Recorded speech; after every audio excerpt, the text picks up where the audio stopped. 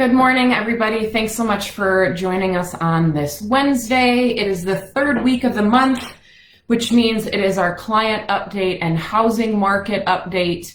If you guys probably saw in my video this morning, we're going to be talking a lot about the latest announcement by the CDC on the eviction moratorium. And then I'm also going to be talking a little bit about the mortgage forbearance, since we're kind of coming up to that initial time of that 180 days. So yeah, for those of you who don't know me, before we get started, my name is Jen Green. I am from Property House here in the Twin Cities Metro in Minnesota.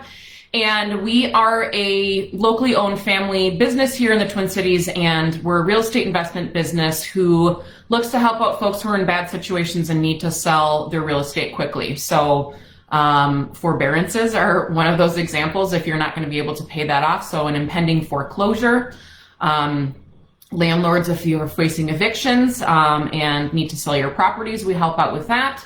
And then divorce, bankruptcy, inherited homes through probate. We have really good relationships with attorneys here in the Twin Cities Metro and come really highly recommended from them because we do what we say we're going to do and close 100% of the time with folks. So thank you again for joining us. I am going to get started, like I said, on what we're going to talk about today. I'm going to also be having Katie post some really relevant information here in the comments. That's going to be some of the articles that I'm going to be talking about, and then also some helpful places for you to look up your mortgage or to see who you're related, who owns your mortgage, and then, like I said, we'll just kind of go through everything there too. And then also contact information for us at Property House. We'll be posting that at the end as well. So I do have quite a few notes in front of me, so I apologize for looking down, but I just want to make sure that I get all of this right for you. As some of you might be aware, most of you may be aware, on September 1st, the CDC sent out a statement stating that they are pausing all evictions on federally backed loans until the end of the year, so December 31st of 2020. And that went into effect on September 4th. So it's a good thing, you know, for folks. I mean, I have to look at it from both angles. Of course, yes, we don't want anybody to be kicked out of their homes. That is not the intention of this. But the problem is that on one side, we're affording, you know, a lot of help to folks to pay rent or not have to pay rent. But then the folks that are providing the housing, there isn't really any help for them. So unfortunately, if there are existing mortgages on those, it kind of comes to that point where that home will be in foreclosure anyway, and then that person will be out of a home. So just as a surface level looking at it, those are some of the things that I'm seeing, that it's a very one-sided point right now. And again, obviously extremely important so that it is folks that are not being, you know, kicked out of the homes that they're living in. But again, like I said, there is another side to that too. So I just want to go over what the stipulations are of what it is for landlords who may not evict. And what that looks like. There's 5 different points that they're going over. The first one is that the individual has used their best efforts to obtain all available government assistance for renting or housing. Now, best efforts is a subjective term. There is no explanation to what that exactly means. So just keep that in mind. Number 2, the individual either expects to earn no more than $99,000 as a single person or $198,000 as a married couple, if it's a joint tax return. And then was not required to report any income in 2019 and received an economic impact payment, or that stimulus check that was from the CARES Act. Number 3 is that the individual is unable to pay the rent or make a full housing payment due to substantial loss of household income, meaning that they lost hours, they got laid off, or if there were any extraordinary medical out-of-pocket expenses, those also go into this to where you cannot be evicted. Number 4 is the individual is using their, again, best efforts to make timely partial payments that are also close to the full payments as the individual's circumstances may permit, taking into account other non-discretionary expenses. And then 5, the eviction would likely render the individual homeless. So I know that was the biggest part of why the CDC got involved in this, because it's now become a public health issue, that if there are a ton of people that are evicted out of their homes, the homeless shelters would be inundated with folks, and then the 6-foot, you know, rule wouldn't kind of come into place. And so that's where this order stemmed from, is more or less that he became a public health and safety issue, and that's why the CDC stepped in. So The thing that they're saying too is that if any landlord is to evict someone or try to evict someone under this, there's some really, really steep penalties for this. One is that I want folks to keep just keep in mind too before I get to that, is that if you do follow the CDC order, it's not that everybody is automatically lumped under this umbrella that you can't be evicted. People and residents actually have to invoke their protections that are afforded under this act by providing to their landlord. It's a signed copy of the declaration form that's set out in the order, reciting those statements above, right? Those 5 statements that we just went over. There is going to be, Katie, if you want to post that on our site, just about where to find those issues under the CARES Act, of where they can then, like I said, use that language to send into their landlords. That would be great. So the other thing I was going to say too, okay, sorry. So yeah, so that has to be done, that they have to send that into their landlord, like I said, in order for that protection to be invoked. Like I said, it's not an umbrella coverage for them. They do need to invoke that.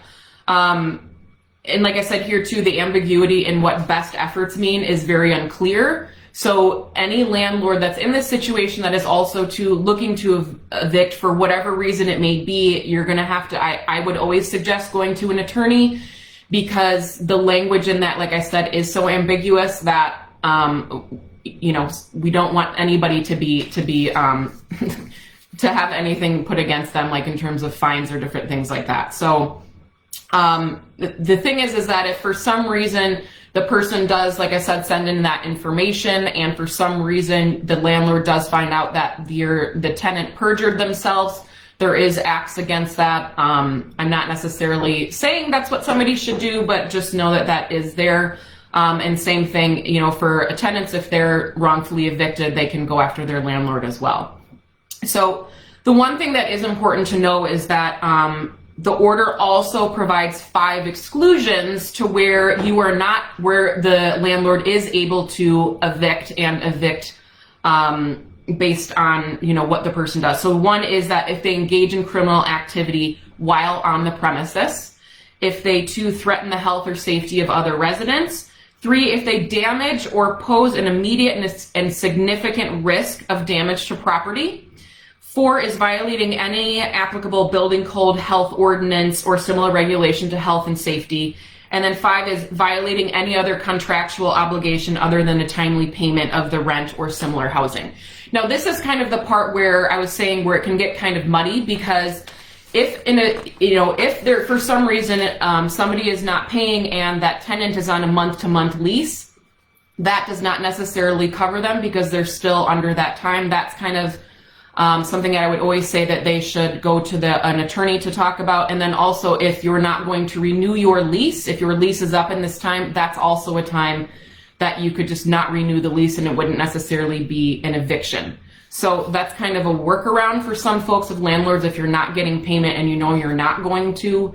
Again, I'm not advocating for either side here. I'm just giving you know, what the rules are more or less for folks. Now, right, so there is, under the order, just to kind of reiterate that, there is no specific prohibition against landlords delivering notices to terminate tenancy. So I know in Wisconsin this has been something that they've been using, that they can still terminate the tenancy. It doesn't count as eviction, and so that's not under that umbrella. Again, like I said, not advocating for either side. I'm just saying, because there are no efforts to help landlords in these situations, like I said, you're going to kind of come to that point where if you are living there for free, even though that's money is, you know, backing up, there is going to be, you know, there may be a fallout. If that landlord can't afford their mortgage, then you're going to have a foreclosure and not going to be able to live there anyway. So under this order, there is still no aid, like I said, for landlords.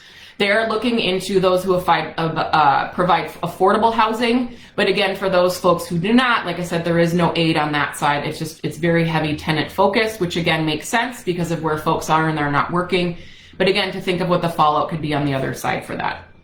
I do want to say that, you know, I am a landlord also, and then have also been a tenant in this, so I can obviously see both sides of this here. I just want to be very clear that in both of these things that we're posting here online, that there is help for, like I said, it's going to be obviously tenant focused on that side of things. But I just do want to make sure that landlords, like I said, if there's anything that you find out too, that can help you in these situations, to post them here in these comments. Message me. I'm happy to post this information, like I said, because I think at this point, now that it's been about 6 months, we all need help in this situation, whether you are a tenant or a landlord and you have a mortgage that needs to be paid. Now, again, too, it's also important to sit there and say, if you can go into a forbearance, and that's kind of what I wanted to talk about as well, which kind of leads me into that, because right now we are obviously seeing that the 6-month initial forbearance timeline is almost here. In a couple weeks, it'll be here. And so I did want to talk about this too, because those of you folks who have filed, and went to your bank to ask for a forbearance, like I said, that initial time is coming. So there are about 3.6 million folks right now that are in forbearance that are through government-backed loans, which is Fannie, Freddie, VA, and the U.S. Agriculture. So I'm going to talk about that a little bit too. And again, I apologize for looking down, but I want to make sure that you guys get all the right information. I'm going to have Katie also post, if you do not know who your mortgage is backed by, whether it's Fannie or Freddie, I'm going to have her post those on here right now, which you can check and see if those are in here, because that's going to be really important depending upon what you can do with your mortgage forbearance if you haven't done it already. It's going to matter, obviously, also on what kind of loans that you do have, because those rates are going to depend on who your underwriter is, right? And so that's, like I said, why it's really important to know if you have Fannie or Freddie, or if you have neither. That's also a site that you can go to see who does own your loan. Now, if you do have a government-owned or government-backed loan, like I said, that initial forbearance period was 180 days under the CARE Act, which, like I said, is pretty much coming to an end now. You do have the right to request for an extension, which is for another 180 days.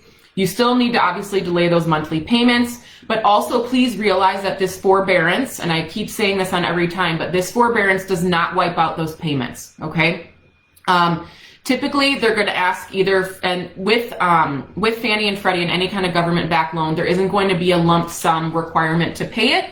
However, what they will do is typically, what I'm seeing here now is that you're going to either do a loan modification, which means that you'll pay a little bit extra every month for the next year in order to make up for those payments, or you can do that lump sum if that makes sense for you. I did see some places where I did hear that if you are refinancing after we come out of this, you can do that. But however, I've seen that what I've been seeing is that people are not going to be able to refinance if they've been put into forbearance. So do take that into consideration. And then also perhaps they can put it on the back of the loan so that when you sell, you'll pay it when you close on your house. So that's also an option, but do know that at this point your lender may actually not give you a choice, and they may tell you what you have to do. So if they say you need to do a lump sum, then you're going to have to go through a whole loan modification process to see if you even qualify. I know it is very difficult sometimes to be approved for a loan modification. I mean, numbers kind of speak for themselves. Typically 90 to 95% of people are not qualified for loan modifications. And then of those, 5% or so that do get approved, usually 96% of them end up in default and in foreclosure anyway. Now, this is from a USA Today post now, from a couple years ago. Now, the thing is that I don't know if things have been changed, like I said, when it comes to modification, who's being approved and who's not, because of everything that's happened in the last 6 months. It's just always really important for you to go to your lender and ask them what your options are and talk to them. I know that the lines to call in are still a bit long in some situations, but again, like everybody always says, call during non-peak hours, call first thing in the morning. There are still people that are on hold for quite a long time. So just know that that's still, it's still taking a while, but like I said, it's better than before. Now, if you do not have a mortgage-backed loan, all right, a government-backed loan, sorry for that.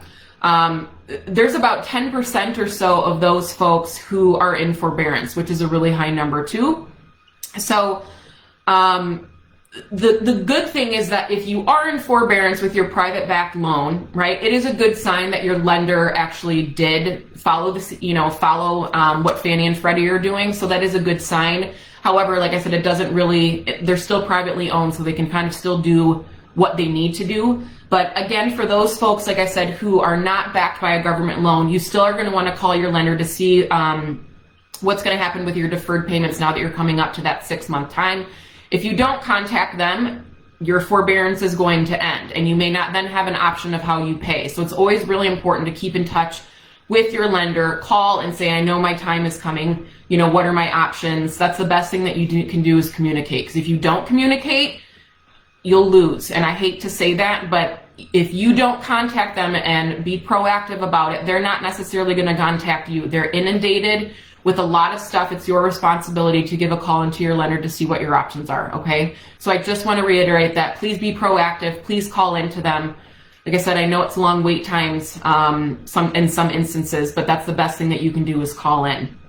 Now, if you can't afford the lump sum payment, like I said, this also, from what I'm seeing, is that they're doing a loan modification, adding onto those payments. But again, that may not be an option. I'm not necessarily sure what they're doing with that side of now, like I said, because it's going to depend on who your lender is and what they decide to do. You can always contact a HUD-approved counselor. Also, like I said, that can kind of help you figure out some of the options that you have there as well. So I just want to put into light here. So that's kind of like the updates that I have. So always be sure, like I said, regardless if this is, you're trying to avoid eviction, or even if you're a landlord, or if you are in forbearance, it is always important to keep the lines of communication open. If you let that lapse, that's when things go poorly, right? I mean, I've done dozens and dozens of short sales with folks, and that's when people go into foreclosure and they're not able to figure it out more or less before the time is up. And sometimes when things are bad, people bury their heads in the sand. I am definitely not advocating for this. Be over communicative if you can, right? Contact your lender, contact your landlord. If you're a landlord, sorry guys, if you are a landlord, contact your landlord about that and talk to him or her about what your options are. Because at this point, like I said, we're all in this together at this point, and everybody is suffering when it comes to these sides of things. Like I said, whether you're a landlord, tenant, somebody who's working or not working, your mortgage is in forbearance, this is the time to really have open communication with people, have a set out plan. And if you can, get everything in writing. This is the time, like I said, regardless of who you are, to get those things in writing. Because that 180 days is coming up, I think a lot of people may not realize that they have to continue that and do it under, like written statements of how they're going to do it, and talk to their lender and have all that stuff down. Like I said, always make sure that you have things written down, all right? If anybody has any questions to this or comments, Katie, like I said, has posted a lot of the information that I talked about today in the comments. You can go back through there and read it. Like I said, there's links in there to get you to see who your lender is, and then also for help with HUD counselors and different things like that. There's specific links for that. Now, if you're interested in learning more about Property House and how we can help you, you can always contact us through Facebook. You can instant message me. You can send us an email. Katie, if you want to just start putting up some of our information of how to get a hold of us, that would be great too. Katie will list that information. You can give our office a call. Like I said, we help on any one of these situations. If you're not sure what to do and just need someone to help you walk through what your options are, we can definitely help out on that. There's no obligation there. There's no cost to that. But this is something that everybody needs to know what their best options are for them. We can help you come to those conclusions. And if it is to sell, or if it is to short sale, if you need to sell for terms or cash, we're able to help you out on that side of things. All right. So Instagram is kind of another side of things for us. We will have a lot of our before and after pictures there for folks to see the work that we do. If you're interested in having us do your renovation for you, that's something that we're going to be doing. Like I said, I'm hoping to get some landing pages up here for folks soon too. So if you want to dive into those things with us and ask us certain questions based upon, what the weekly live is for, you can do that. Next week, we are going to be having, it's our Business Entrepreneurship and Business Week, and I'm really excited. We're going to be having Tina Palma and Matt Hodgkowitz on live with me. I'm going to be interviewing them. They're complete rock stars when it comes to setting up businesses and automating and creating systems. This is something that's so important when it comes to, any business, whether you're an entrepreneur or working, for some corporation. They have systems set in place, and these two are complete geniuses when it comes to this. And I just want to share some of that genius with all of you, because I've taken a lot of the information that they do and applied them to my business. And so I'm really looking forward to that. They will be on with me, like I said, next week at 9 a.m. Central Time. Again, if you guys have any questions, please feel free to reach out. Otherwise, I hope you have a great rest of your week, and we'll see you next time. Thanks, guys.